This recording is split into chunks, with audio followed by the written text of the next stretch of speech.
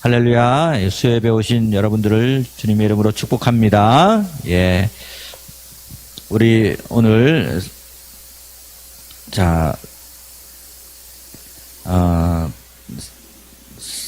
사과의 4번, 1967년 예루살렘, 회복에 대해서 여러분 함께 좀, 거기서부터 나누도록 하겠습니다. 우리 스가랴서 8장 3절에서부터 8절에 있는 말씀, 그 말씀을 읽도록 하겠습니다. 먼저, 여기 스크린을 이렇게 보셔도 됩니다. 스크린. 우리 함께 읽도록 하겠습니다. 여호와가 이같이 말하노라. 내가 시온에 돌아와 예루살렘 가운데 거하리니 예루살렘은 진리의 성읍이라 일컫겠고 만군의 여호와의 사는 성산이라 일컫게 되리라. 만군의 여호와가 이같이 말하노라. 예루살렘 길거리에 늙은 남자들과 늙은 여자들이 다시 앉을 것이라. 다 나이가 많으므로 저마다 손에 지팡이를 잡을 것이요 그 성읍 거리에 소년과 소녀들이 가득하여 거기에서 뛰놀리라. 만군의 여호와가 이같이 말하노라. 이 일이 그날에 남은 백성의 눈에는 기이하려니와 내 눈에 어찌 기이하겠느냐. 만군의 여호와의 말이니라. 만군의 여호와가 이같이 말하노라. 보라, 내가 내 백성을 해가 뜨는 땅과 해가 지는 땅에서 구원하여 내고 인도하여다가 예루살렘 가운데 거주하게 하리니 그들은 내 백성이 되고 나는 진리와 공의로 그들의 하나님이 되리라. 우리 보면 여러분 여기에 PPT는 없습니다만 여러분이 가지고 있는 책 121쪽을 한번 좀 보시기를 바랍니다. 121쪽에 보시면 예루살렘 침공과 함락의 역사, 침공과 함락의 역사라는 그런 내용이 121쪽에 있습니다. 우리가 이거를 조금 이거는 뭐 교회사이기도 하고 이스라엘사이기도 합니다만 이거를 조금 알아야 얼마나 이 예루살렘을 두고서 전 세계가 이걸 차지하려고 싸웠는가를 좀 알 수가 있습니다. 한번 그 책에 있는 것을 좀 보시면요. 다윗이 그 예루살렘을 이스라엘의 수도로 정하였습니다. BC 1000년도입니다. 그때 여부수 족속이 예루살렘에 살고 있었습니다. AD 2000년이 되었을 때요. AD 2000년에 되었을 때 예루살렘에서 특별한 행사가 있었습니다. 그 행사는 뭐냐면 예루살렘을 수도로 정한 지, 이스라엘이 예루살렘을 수도로 정한 지 3000년째 되는 그 기념식을 제가 하는 거를 AD 2000년경에 지금부터 약 21년 전에 그런 행사를 한 것이 외신을 통해서 제가 본 기억이 있습니다. 그러다가 솔로몬이 성전을 BC 959년에 세웠습니다. 이후에 예루살렘의 역사는 어떻게 됐는가? 이제 바벨론부터 이제 침공을 시작하여서 지배하는 나라, 그 예루살렘을 지배한 나라가 한번 이렇게 보시면 왼쪽에서부터 이렇게 쭉 보시면 바벨론, 바사, 헬라, 프로텔마이오스, 그리고 셀레우코스 왕조, 하스모니안 왕조, 로마, 그 위에 122편, 123편의 3쪽에 이르기까지 계속 이렇게 있게 됩니다. 그래서 여러분 이걸 대략적으로나마 여러분과 함께 좀 나누도록 하겠습니다. 바벨론이 BC 605년부터 제1차 침입을 했습니다. 1차 침입을 하였고요. 2차는 BC 597년 7년에 이렇게 되었고 1차 침입 때 1차 침입 때 다니엘과 세 친구가 잡혀서 바벨론으로 갔죠. 여기 보면 청소년 인재, 아주 젊은 인재들을 데리고 바벨론으로 이렇게 데려왔습니다. 그리고 2차에서는요, BC 597년에 여호야긴 왕과 에스겔 그 선지자를 포함해서 예루살렘 고급 인력 1만 명을 데리고 갔습니다. 그리고 3차 BC 586년에 예루살렘이 완전히 멸망을 하게 되었습니다. 그래서 여러분 1차, 2차, 3차를 통해서 데리고 간 사람들은요, 엘리트들만 데리고 왔습니다. 예루살렘에 남은 사람들은 그냥 별로 이렇게 이름도 나지 않고 가난한 사람들만 남겨두고 엘리트들만 다 바벨론으로 데리고 갔습니다. 이렇게 보시면, 자, 그때 3차를 한번 보시면 그 예루살렘 완전 함락, 멸망한 그때가 성전, 왕궁, 고관의 집, 모든 집, 사면 성벽 파괴가 되었고, 그래서 그 후반부에 보면 농사 지을 채소 빈민을 제한 모든 사람을 데리고 갔고요. 그리고 시드기야 왕은 눈이 뽑힌 채로 끌고 갔습니다. 여러분, 나라가 힘이 없으면 이렇게 되는 겁니다. 나라가 힘이 있어야지. 나라가 힘이 없으면 이렇게, 물론 이것이 하나님이 이스라엘의 남유다의 우상숭배로 해서 벌로 주신 겁니다만, 기본적으로 나라는 힘이 있어야 됩니다. 그래서 바빌론에 멸망한 것을 우리가 BC 586년 경으로 이렇게 보게 되고, 그 다음에 바벨론은 오늘날 이라크를 그 지역을 말하고요. 이제 바사, 페르시아는 오늘날의 이란을 말하는 것입니다. 자, 이제 BC 539년에 바사, 그 페르시아를 말합니다. 고레스라는 그 왕이 이제 바벨론을 정복을 하게 되었습니다. 자, 그래서 쭉 그렇게 하고서는 많이들 돌아오게 됐죠. 이 돌아오는 것도 3차에 걸쳐서 다시 포로가 다시 귀환하도록 이렇게 허락을 하였습니다. 1차가 BC 538년이고요. 2차가 458년, 3차가 BC 445년 이렇게 되어 있고요. 3차에 총독 느헤미야, 그리고 2차에 그 율법학자 겸 제사장 에스라의 인도로 돌아오게 되었습니다. 그래서 포로 70년이라고 할 때 보통 유대인들은 이렇게 기준을 합니다. 자, 그 바사의 제일 밑에 보면은 유대인은 BC 586년에서부터 516년으로 해서 포로 70년 기간이다. 이렇게. 우리나라도 일제 치하에서 36년이냐 35년이냐 이렇게 좀 연도에 조금 차이는 있습니다만, 유대는 무엇을 기준으로 하냐면요, 성전을 중시를 하기 때문입니다. 자, 그래서 여러분 중간에 보면은 성전 재건 완성이라고 해서 BC 516년에 성전이 다시 재건한 것이 스룹바벨 그 성전이 완성이 됐거든요. 그래서 이런 것들을 기준으로 해서 유대인들은요, 무엇 다 이게 성전 중심입니다. 성막, 성전 중심이어서 BC 586년에 성전이 함락당하고 다시 성전이 다시 세워지는 그렇게 해서 70년간입니다. 그 다음에 이제 헬라, 그리스를 의미하는 거죠. 예, 알렉산드로 대왕이 페르시아 원정을 해서 오늘날 이란을 점령을 하고요. 그러면서 예루살렘을 이렇게 또 함락을 하게 되죠. 자연히 그 예루살렘도 알렉산드로 대왕의 수중에 있게 되었습니다. 그러다가 자, 그 중간에 보면 BC 323년에 보면 알렉산더가 이제 죽게 됩니다. 알렉산더 대왕이 이렇게 죽게 되면서 장군 4명에게 그 권력을 나눠줍니다.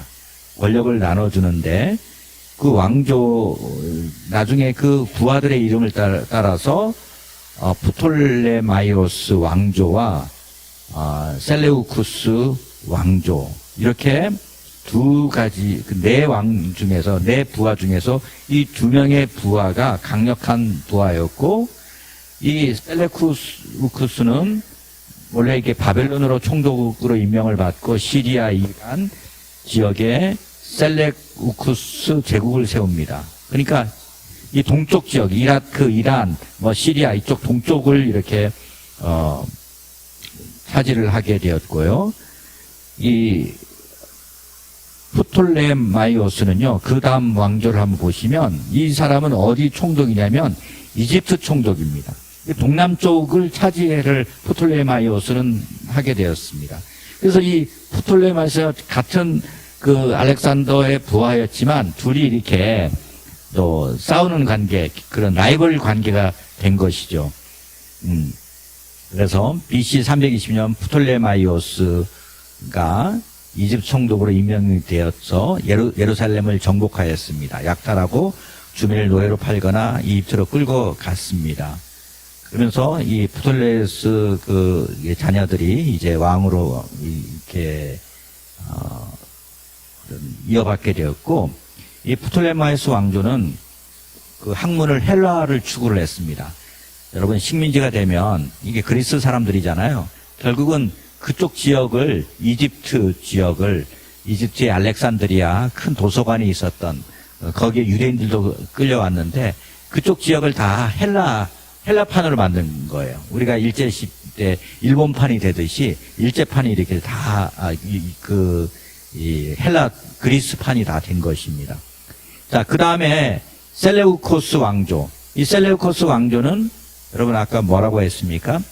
바빌론 총독으로 임명을 받아서 시리아, 이란 지역에 셀레우코스 지역을 제국을 세웠는데, 이제는 그 후에는 이 셀레우코스 세력이 이 동북부에 있는 셀레우코스 쪽이 이렇게 힘이 세지게 된 거죠.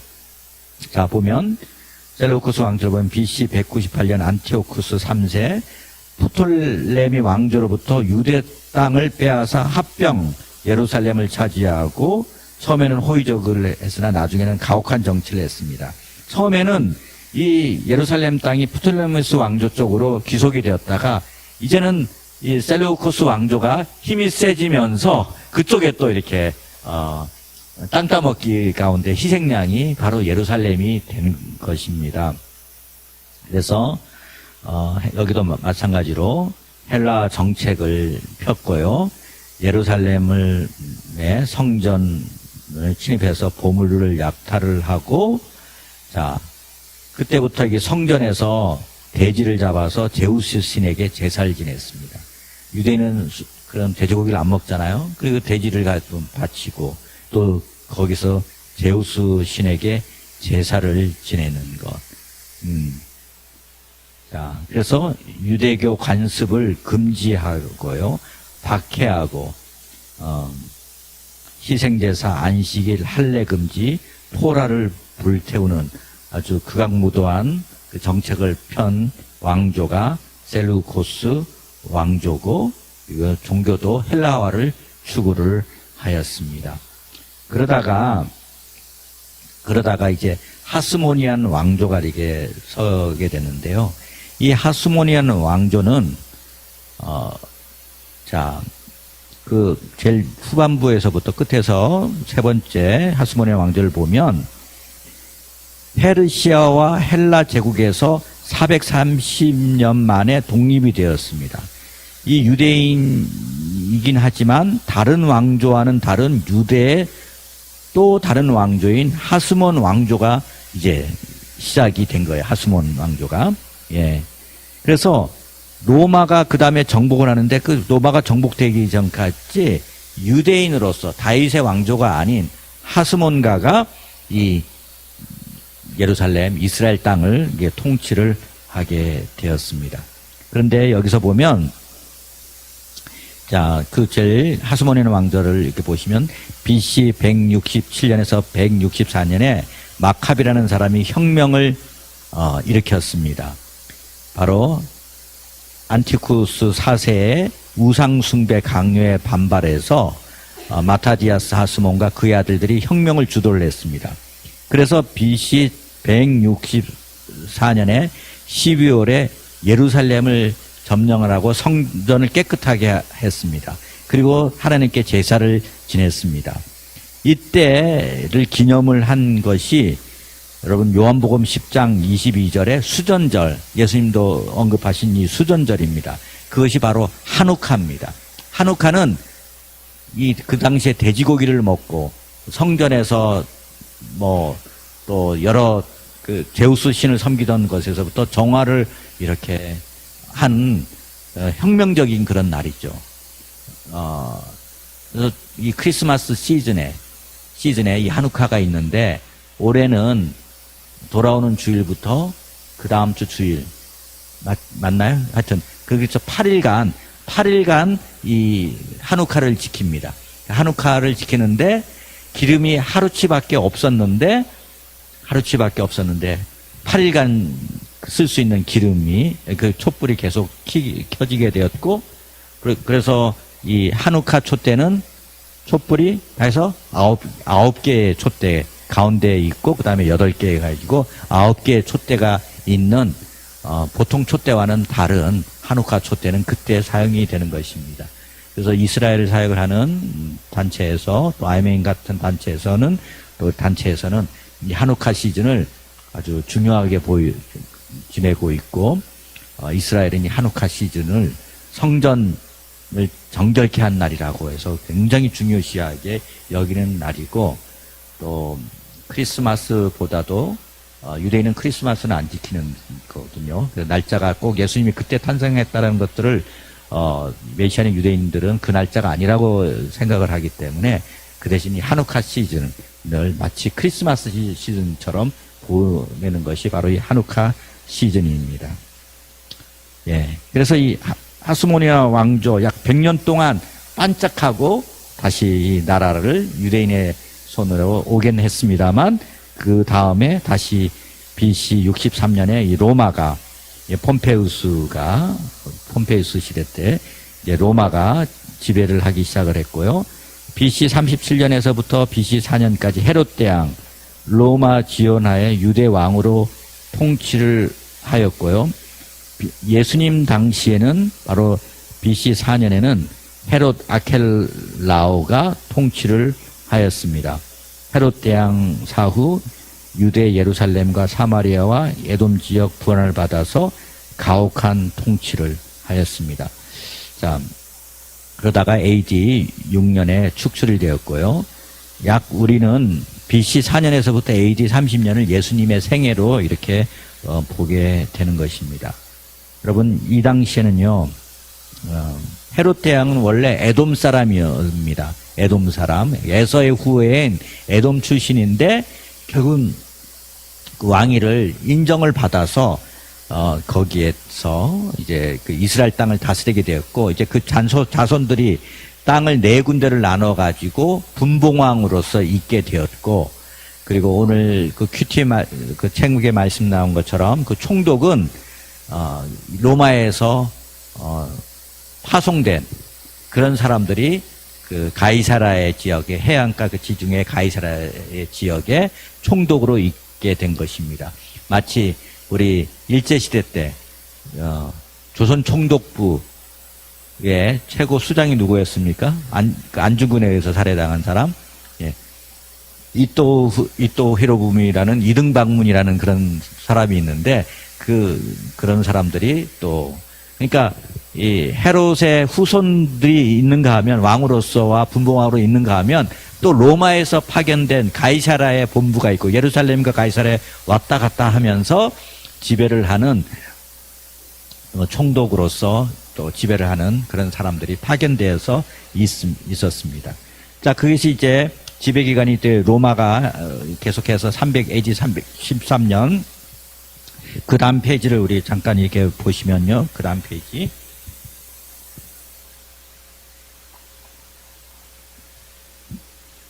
자, 여기도 보면요. 항상 이렇게 식민지를 당하면요. 반란이 이렇게 있지 않습니까?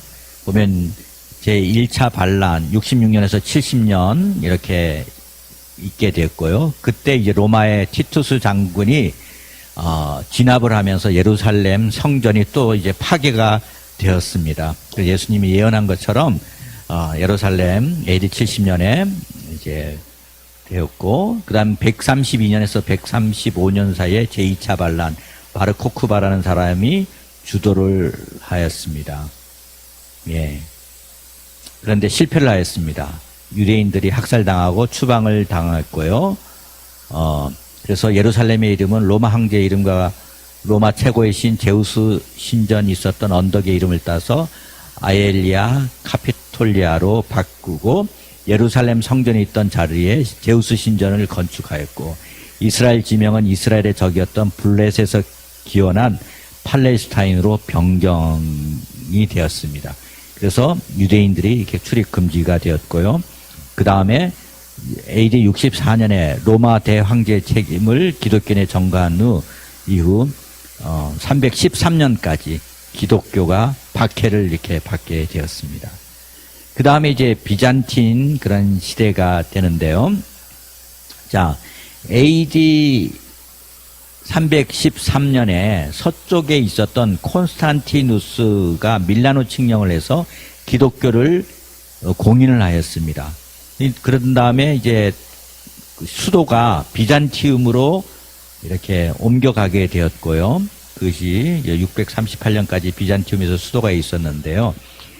AD 392년에 데오도시우스라는 왕이 기독교를 국교화를 했습니다. 그리고 공인을 한 것은 콘스탄티누스고 그것들을 국교화를 한 것, 완전히 여기는 이제 기독교를 우리의 나라의 국교다 한 것은 바로 데오도시우스입니다. 예.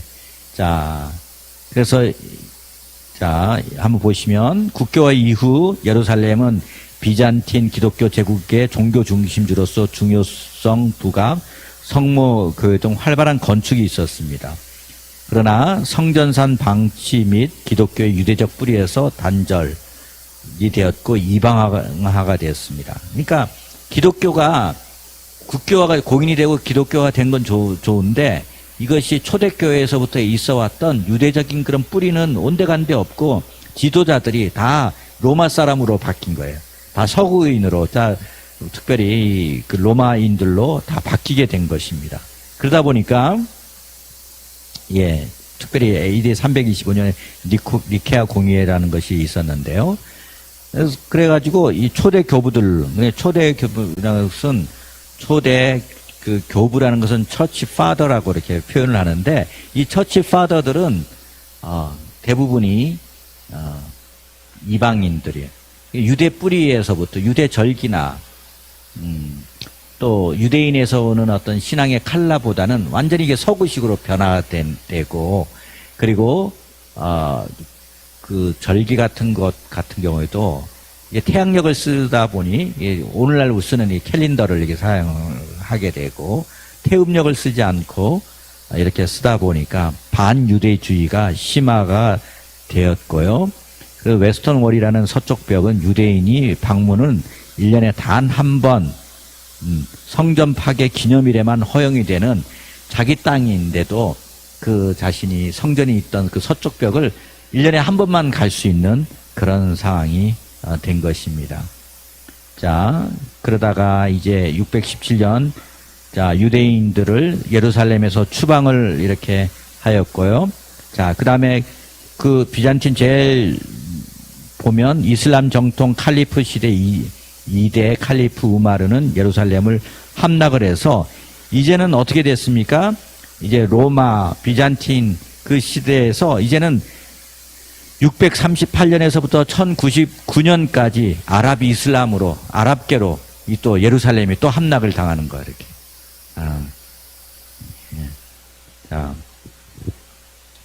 자, 그래서 보시면요, 691년 우마이야 왕조, 예루살렘 성전터에 바이돔, 도머블 락이라고 해서 이스마엘을 바치고 무하마드가 승천한 장소라고 주장. 그래서 여러분 통곡의 벽 같은데 그 그림을 보면 그 위에 이렇게 동그랗게 이렇게 돔이 있는데 그때 세운 돔이고 이슬람을 바치고 무하마드가 승천했다라고 주장을 하는 그런 곳으로 주장을 한 말도 안 되는 일이 일어나게 됐죠. 그리고 엘 악사 사원 무하마드가 백마 타고 왔다는 자리라고 또 주장을 하게 된 거죠. 하여튼 이단들은 이런 걸 통해서 신격화시키고 자신의 그 종교를 이렇게 전파하는데 거짓을 이제 주장을 하게 되죠. 자, 그런 다음에 이제 십자군 시대, 예루살렘 왕국 시대, 1099년부터 1291년 동안에 이제 유럽에 있는 서구 유럽에 있는 크리스찬들 또 유럽에 있는 크리스찬들이 여기 주님이 오신 저 땅을 그냥 둘 수 없다. 또 예루살렘을 차지해야 된다. 그래서 십자군을 모집을 하였습니다. 그러면서 하여튼 이 이스라엘 땅으로 오면서 특별히 이스라엘 땅 안에서 유대인과 이슬람을 대거 학살을 하였고요. 그들의 목표가 기독교 국가인 예루살렘 왕국을 건립해야 된다. 그런 명분으로 하여튼 사람들을 많이 이렇게 죽인 그렇게 되었고요. 뭐 하여튼 그러면서 1228년 쭉 내려가서 십자군 당시 신성 로마 제국 황제 프리드리히 2세는 자신의 그 파면당하는 상황을 모면하기 위해 당시 아유브 술탄 알카밀과의 외교 모습을 통해 예루살렘을 양도받아서 그래서 십자군 시대에 양도받는 그런 일들이 생겨났고요. 이런 것들이 있었고 이제 1291년에 이제 십자군 전쟁이 종결이 되면서 자 이제 1291년에서부터 1517년에는 이제는 이집트 맘루크 왕조가 또한 그 이스라엘 땅 예루살렘 땅을 또한 통치하게 되었습니다. 이 맘루크는 노예 군인이었습니다. 이슬람으로 개종한 중세 최강의 노예 출신 중장기병이었는데요. 새로운 왕조로 대체를 해서 예루살렘까지 통치를 하게 되었고 왕조 영토 내 기독교인 유대인을 탄압을 하였고 1517년에 오스만 제국에 병합이 되었습니다. 자, 오스만 제국 1517년에서 1917년 약 400년 동안 이거는 오늘날 이렇게 터키 지역인데요. 수도를 어디로 갔냐면 오늘날 이스탄불인 콘스탄틴노플을 수도로 삼아서 하여튼 이렇게 쭉 지배를 예루살렘 땅을 완전히 파괴하고 예루살렘 땅을 파괴하고 지배를 하였는데요. 얼마나 포악했는지 세 번째 줄을 보시면 살아있는 나무들에게 세금을 부과하는 법, 까지를 제정을 하였고요. 거민들은 세금 줄이기를 위해 나무들을 다 잘라 죽였습니다. 그렇지 않아도 이게 물이 없는 그 땅인데 있는 나무까지 했으니까 얼마나 황폐해졌겠습니까? 땅의 황폐, 유대인이 귀화되면서 이렇게 땅을 다시 매입을 하는 데는 어렵지 않게 땅을 사게 되었고 매입하고 정착을 하게 되었습니다. 그 다음에 그 슐라이먼 대제가 현재 예루살렘 성벽을 그때 이제 이렇게 재건을 하게 되었고요. 자, 그러다가 이제 영국이 1918년에서부터 1948년까지 이제 영국이 이제 그 땅을 또 이렇게 차지하게 되었습니다. 1919년에서부터 23년까지 3차 대규모 알리아가 주로 러시아에서부터 다시 예루살렘으로 그 이스라엘 땅으로 오게 되었고 이렇게 하면서 알리아가 계속 되었고 여기 쭉쭉 보시다가 1947년 11월 29일 UN 팔레스타인 내 아랍과 유대인 개별 국가 건설을 결정을 하였습니다. 건설을 결정을 했는데 근데 그것들을 이제 신청은 팔레스타인은 안 했고 아랍은 안 했고 결국 이스라엘만 해서 이스라엘이 1948년 5월 14일 날 극적으로 영국군 철수와 함께 이제 독립이 되었습니다. 그래서 1948년에서부터 현재까지 1948년 5월 14일 독립선언을 했고요. 자, 막상 이 독립선언을 하고 나니까 그때 돼서야 이제 이 아랍인들은 이게 우리가 뭔가 잘못 결정했다. 결정하고 나니까 이게 잘못 결정된 것을 알게 됐고요. 5월 15일서부터 시리아, 이집트, 요르단, 이라크가 공격을 퍼붓기 시작을 했네요. 공격을 퍼부으면서 다시 땅을 차지하려고 하는데 이미 그런 유엔에 의해서 결정이 돼버린 상태고 넘어가 버리면 그것을 회복하기라는 것은 너무나 어렵거든요. 예. 그런 다음에 그런데 그 나라 땅은 차지했지만 여전히 예루살렘 땅은 분할 통치를 하고 있었습니다. 근데 1967년 6.1 전쟁에서 이스라엘이 승리하면서 동예루살렘을 회복하고 예루살렘에 대한 주권이 이스라엘에게 있게 되었습니다. 그리고 이 올드시티라는 동예루살렘 구시가지가 있는데요. 성벽으로 둘러싸여서 이제 그 네 등분을 해서 지배하는 그런 주축 세력들이 틀립니다. 시계 방향으로 기독교인, 무슬림, 유대인, 아르메니안인 구역으로 나누어 관할을 합니다. 그래서 지금도 가보면 기독교 섹터, 무슬림인들이 있는 섹터, 유대인들이 통치하는 섹터, 아르메니아는 sek터, 예루살렘을 이스라엘이 점령을 했지만 이걸 다 건들면은요 거기에서 막 폭동이 일어나고 완전히 자살 폭탄도 일어나고 하기 때문에 그걸 마음대로 건들지 못하고 그 자치권을 어느 정도 인정을 그 안에서는 인정을 이렇게 올드시티 구시가지에서는 인정을 합니다. 근데 여기는 주로 이렇게 관광객들이 좀 많이 이렇게 있습니다. 예. 그러다가 2017년 12월 트럼프 대통령이 예루살렘을 이스라엘 국가 수도로 인정을 하고 2018년 5월 14일 미 대사관 예루살렘 공식 이전을 이렇게 하고 2019년 8월에는 한국과 이스라엘이 FTA를 이렇게 협정을 타결을 해서 아시아에서는 이스라엘과 이렇게 FTA를 한 나라는 우리 한국밖에 이렇게 없을 정도로 일본도 안 했고 다른 나라도 안 했는데 우리나라는 이제 FTA를 체결을 해서 한국과 이스라엘 그런 관계는 너무나 이게 좋은 겁니다. 여러분 한번 이거 보시면요. 자,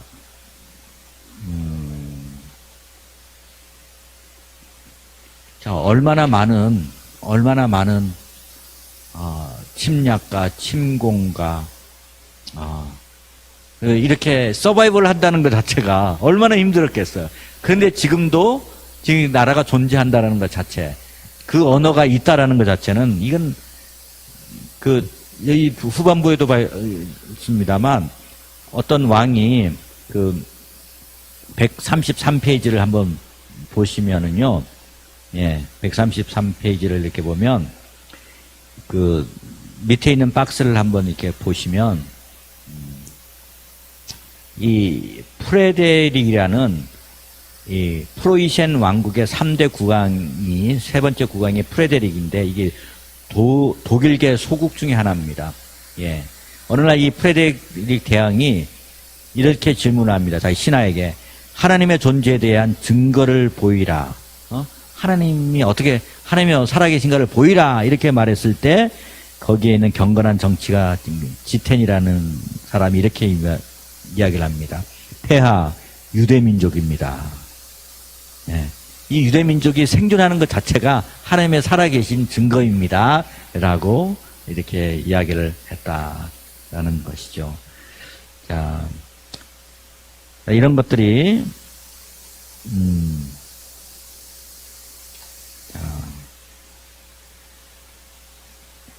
여러분, 그 PPT에 61번을 이렇게 보면요. 자, 이렇게 보시면, 61번을 보면, 6.1 전쟁이 1967년에 있었는데요. 신생국가 이스라엘이 사라질 위협, 이스라엘 주변의 아랍 국가, 지중해를 피로 붉게 물들이겠다 맹세해서, 2배 군인과 3배 탱크와 4배 비행기를 동원했습니다만, 이스라엘 군 역사상 가장 결정적인 대승이 바로 이게 1967년 6.1 전쟁이고, 그런 다음에 예루살렘을 탈환을 하게 되었고, 그 통곡의 벽 앞에서 이스라엘 군인들이 기도를 이렇게 합니다. 저희 통곡의 벽에 보통 가면요, 기도 제목을 딱 적어가지고 저기 틈이 있지 않습니까? 틈에다가 이렇게 적어가지고 기도 제목을 해가지고 다 꼽고 이렇게 해요. 그게 한국에도 성지순례 가거나 이스라엘 여행 가면 꼭 저희 들려가지고 기도 제목을 딱 적어가지고 그게 돼가지고 예, 꼽고 오긴 하는데 바로 이 예루살렘을 탈환하고 이제 기도하는 병사들의 모습입니다. 자, 한번 거기 밑에 박스에 있는 누가복음 21장 24절에 있는 말씀 우리 한 목소리로 같이 읽도록 하겠습니다. 그들이 칼날에 죽임을 당하며 모든 이방에 사로잡혀 가겠고 예루살렘은 이방인의 때가 차기까지 이방인들에게 밟히리라. 이게 자, 예루살렘은 이방인의 때가 차기까지 이방인들에게 밟히리라. 이 말은 이방인의 때라는 것이 무엇입니까? 이방인에게 복음이 증거되기까지 이방인들에게 밟히는 역사다. 한마디로 말하면. 여러분, 책임이라는 건 참 무서운 거고요. 장남, 장녀라는 것이 참 부담감이 이렇게 있는 거예요. 이렇게. 왜냐면 하나님의 장자로서 이스라엘을 하나님께서 택하셨잖아. 이렇게. 그래서 이게 그 책임감, 하나님께서 그 길을 먼저 가게 하신 것이고 불순종했을 때, 그래서 이 구약을 보면서 우리는 무엇을 배우냐? 정말 순종했을 때 하나님 축복, 불순종했을 때 이 벌이 얼마나 엄하다는 것들을 먼저 매를 맞는 게 장남 장녀인데 바로 이스라엘이 그런 처지였다라는 것을 볼 수가 있습니다. 그래서 예루살렘은 이방인의 때가 까지 이방인들에게 밟히리라 이렇게 말씀하고요. 자, 여기서 보시면 하나님이 하신 일, 예루살렘 탈환 다음 날 통곡의 벽을 방문한 모세 다얀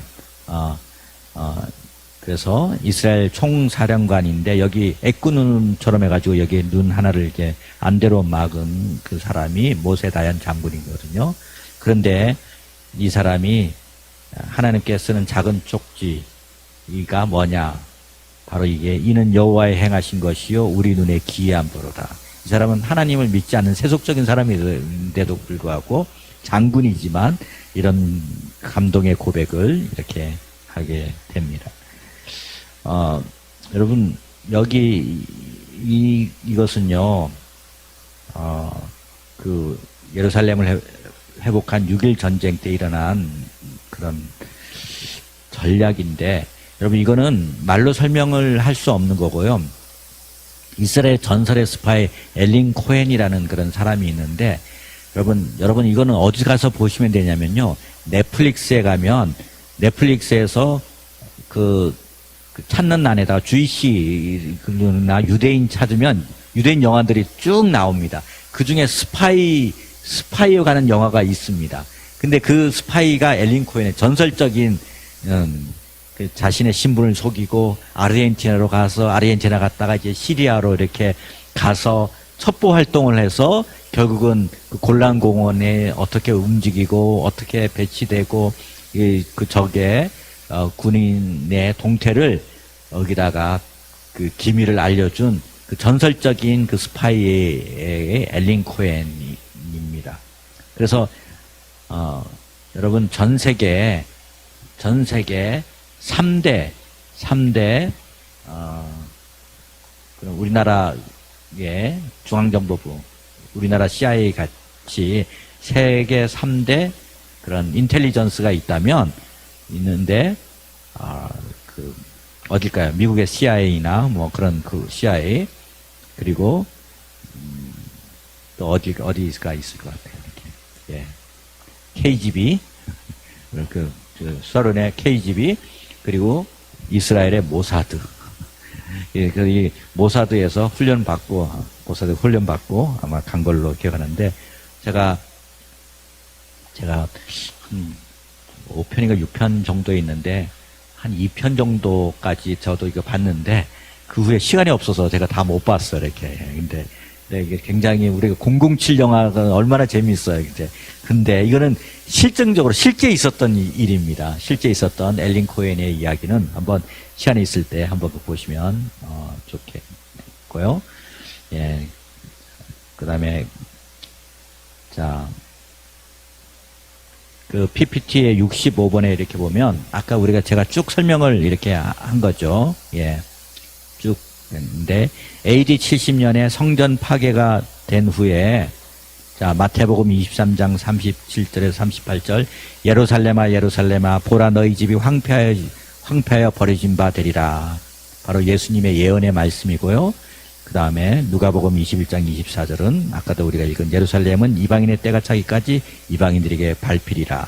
그래서 AD 70년 성전 파괴, 로마, 비잔틴, 아랍, 이슬람, 십자군, 또 이슬람, 오스만 제국, 영국, 그 다음에 독립회복 이런 과정이 있었고요. 그렇지만 그 비포 크라이스트 BC의 시대 또 하수만 왕조 약 100년간만 유대인들이 차지를 했지 바벨론에게 포로된 BC 586년부터는 실질적으로 외국 손에 있었다.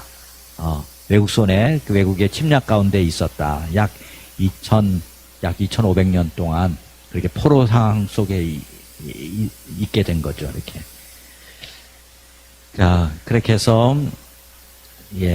그 예루살렘의 날이 이게 작년에 5월 10일 날 54주년 예루살렘의 그런 날이라고 합니다. 예루살렘 날.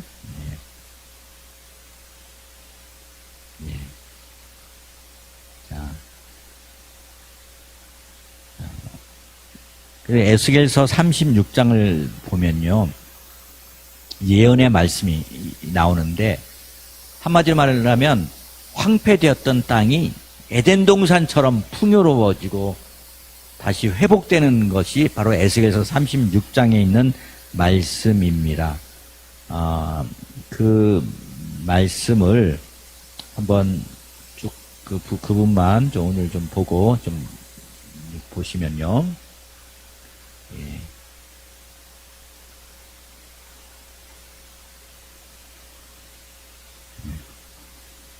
자.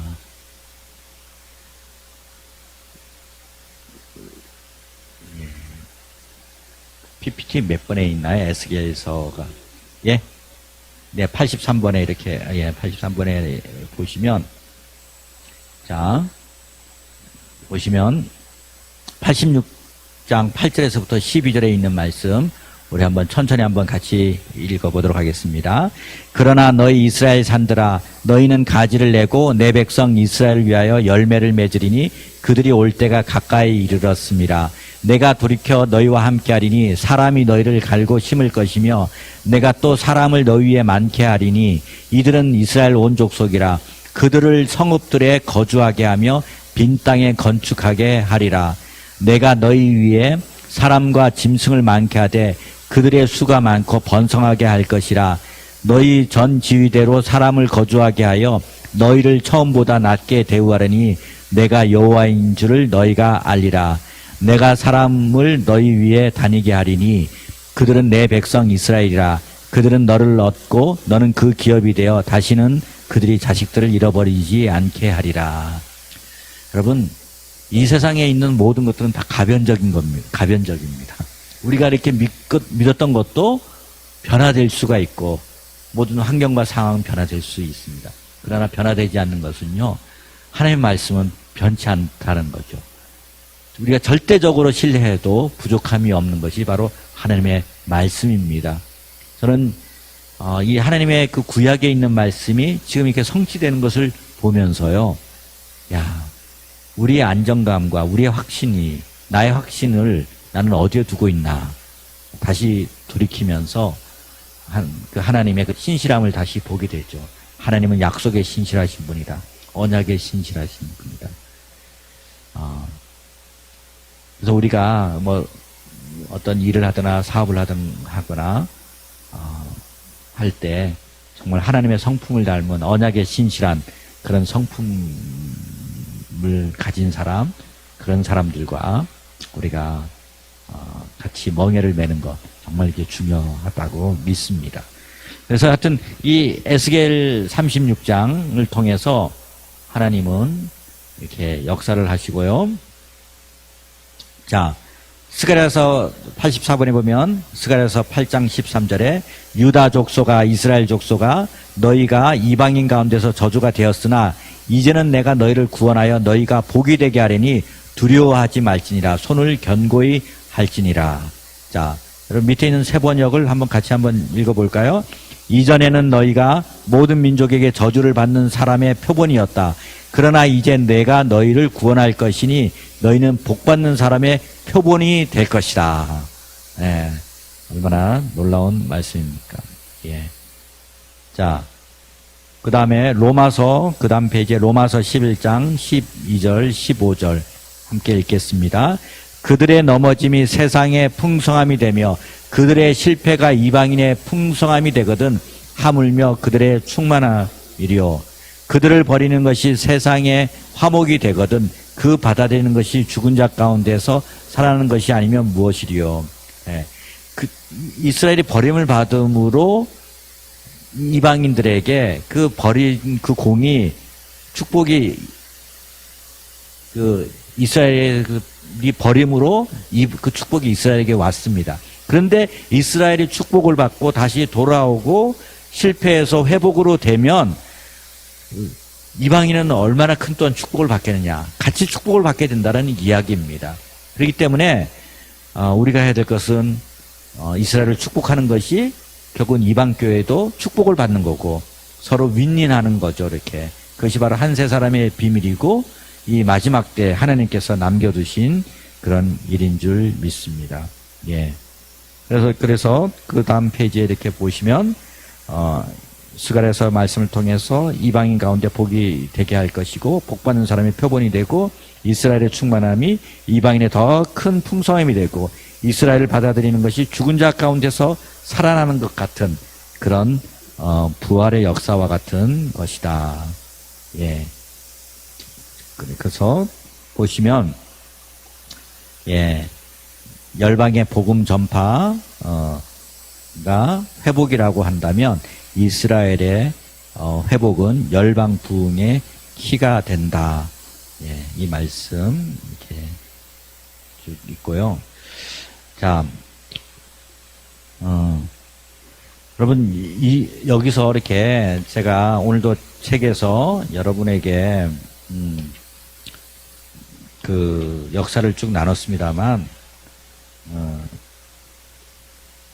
오늘 128페이지에서 129쪽에 이 부분하고 마무리를 좀 이렇게 하도록 하겠습니다. 예. 하나님의 신비한 7가지의 경륜이 있습니다. 특별히 이게 알리아 1881년에 러시아의 개척자들 로부터 이제 거기서부터 5차례 진행된 그런 알리아. 자, 이 알리아를 통해서 최근까지 90개국 이상에서 300만 명이 돌아오게 되었고요. 그리고 이런 내년에는 예루살렘에서라는 6월절의 행사의 마지막 순서에 외치던 구호가 이제는 그냥 꿈이 아니라 현실화가 된 것이다. 이것이 바로 우리 지금 시대에 일어나고 있는 일입니다. 지금도 이디오피아에서 또 러시아에서 유럽에서 또 최근에는 중국에서 또 네팔에서 그 지역에서 지금 계속 알리아가 되고 있고요. 그 다음에 2번은 현대 히브리어 탄생입니다.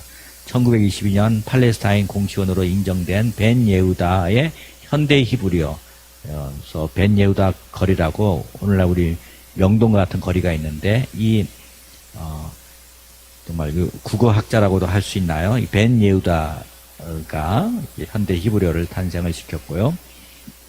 자, 홀로코스트로 인해서 600만 명이 죽었지만 그 다음에 700만 명이 유대인이 생존해서 지금 나라를 이루고 있다라는 거 있고요. 그다음 이스라엘의 독립, 찬성 33, 반대 13이라는 기적적인 투표에 의해 유엔이 이스라엘의 팔레스타인 내에 국가 승인을 가결을 하였습니다. 1947년. 그래서 보시면 이러한 일을 들은 자가 누구이며 이러한 일을 본 자가 누구이냐. 나라가 어찌 하루에 생기겠으며 민족이 어찌 순식간에 태어나겠느냐. 그러나 시온은 진통하는 즉시 그 아들을 순산하였도다. 이사야서 66장 8절 이 예언의 말씀이 성취된 것으로 이렇게 보는 거죠. 그래서 1948년 5월 14일에 이렇게 독립이 되어 있고요. 예루살렘의 회복. 우리 한번 그 부분을 한번 같이 읽도록 하겠습니다. 역사적으로 2번 파괴, 23번 포위, 52번 공격받음, 44번 사로잡히고 재차 사로잡힌 예루살렘의 평안을 구하라. 그녀를 사랑하는 자는 형통하리로다. 와 그분이 예루살렘을 세우기까지, 그리고 그분이 땅에서 예루살렘을 찬송을 삼기까지 그분에게 쉼을 들이지 말라를 실감나게 하는 하나님의 주권적인 섭리인 6.1 전쟁에 의해서 예루살렘이 회복이 되었습니다. 그리고 6번째, 메시아닉 유대인들이 증대를 했다는 것입니다. 여러분 1960년도에 특별히 미국 안에 히피 문화가 이렇게 있었습니다. 월남전 이후에 히피 문화가 이렇게 있었는데, 그때 막 마약하고 그 음악에 심취해 있던 그런 유대인들이 하여튼 미국에서, 특별히 미국과 유럽에서 히피 쪽의 유대인들이 많이 돌아오게 되었고요.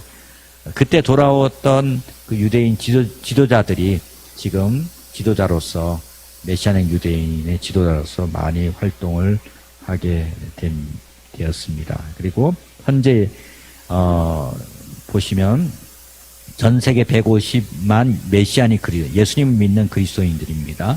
787개 메시아닉 교회에 참여를 하고 있고, 교회에 참여 않는 100만 명 더하기 약 250만 명에 이른다. 교회는 참여하진 않지만 약 250만 명으로 보고 있고, 현재 이스라엘은 300개 메시아닉 교회가 있는데 약 4만 명의 회원이 있다. 그 교회 멤버가 있다가 하는데, 이거는 좀 숫자 통계적으로 조금 3만 명이다 하는 데도 있고 4만 명이 있는데, 이런 예수님을 믿는 유대인들이 점점 일어나고 있다. 구약만 믿고 있는 정통 유대인이 아니라 정말 예수아가 메시아라고 인정하는 그런 메시아는 유대인이 증대하고 있다라는 거죠. 그리고 원유맨 운동, 아브라함의 약속인 내 안에서, 바로 아브라함을 통해서라는 거죠. 수단의 특정성입니다. 아브라함, 다윗, 예수 그리스도의 계보로 있는 그런 수단의 특정성을 통해서 땅의 모든 족속이 복을 받으리라. 그래서 목표의 보편성, 전 열방이 구원받는, 건너가서 각 나라와 족속과 백성과 방언에서 아무도 능히 셀 수 없는 큰 무리, 바로 예수님 안에서 약속의 성취로서 된 원유맨이 일어나고 있는 것은요, 인간이 어떻게 짜맞추고 뭐 각본을 짜고 뭐 이게 드라마를 만들고서 된 것이 아니라, 이 하나하나가 알리야, 현대의 무리, 홀로코스트 등에 생존한 700만 유대인, 이스라엘 독립, 예루살렘 회복, 그리고 메시아는 예수님 믿는 유대인의 증대, 원유맨, 이런 것들은 다 하나님의 손길이다. 하나님이 정말 극본을 쓰셔서 하나님이 하신 것이다 라고밖에 말할 수 없는 이야기입니다.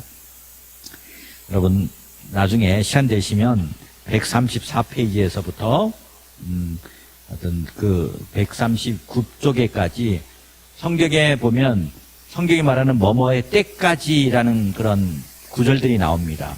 여기 보면요, 그 제목만 읽으면 이방인의 때가 차기까지, 이방인의 충만한 수가 들어오기까지, 여호와께서 사람들을 멀리 옮기셔서 이 땅 가운데 황폐한 곳이 많을 때까지, 그리고 네 번째는 찬송하리로다 주의 이름으로 오시는 이여 할 때까지, 그 다음에 5번 만물을 회복하실 때까지. 이 성경에 있는 그 때까지에 있는 부분을 찾아서 이걸 보면 하나님께서 그 때까지 참으시고, 그 때까지 되어서야 하나님이 어떻게 그 때에 맞춰서 어떻게 일을 변화시키는 그 하나님의 역사의 전환점을 보게 되는 그 때까지입니다.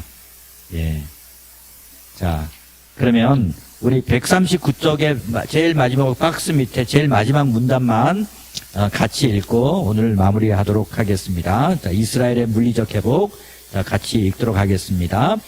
이스라엘의 물리적 회복, 알리야 이스라엘 건국 예루살렘 회복은 성경에 이미 예언된 종말론적인 사건입니다. 이스라엘은 하나님의 시계입니다. 자다가 몇 시인지 알려면 시계를 보듯 지금이 어느 때인지를 알고자 한다면 이스라엘을 보아야 합니다. 이스라엘이 시침이라면 열방은 분침입니다. 혼자 돌아갈 수 없고 맞물려 돌아갑니다. 이스라엘의 회복은 이스라엘로 그리고 이방으로 하여금 여호와께서 하나님이심을 알게 하는데 그 목적이 있습니다. 이는 에스겔서에서 59번이나 강조하고 있는 바입니다. 예, 여기까지만 읽겠습니다. 예, 다음 주에는 이스라엘의 회복 가리키는 바 유대인의 왕이요 만왕의 왕이신 예수 그리스도의 다시 오심 재림에 대해서 하고 이제 마무리를 하게 되는데요. 이기 때문에 이스라엘을 잘 알아야 이 성경이 정말 현실적으로 그냥 피부로 이 성경이 이해가 됩니다. 그것을 빼고서는 어떤 게냐면 수상적으로 관념적으로 하나님을 알게 돼요. 역사 가운데 역사하시는 이 역사 가운데 하나님이 일하시는 것들을 이스라엘을 통해서도 우리는 알 수가 있습니다. 자, 그러면 오늘 기도하고 찬양하고 마치겠습니다.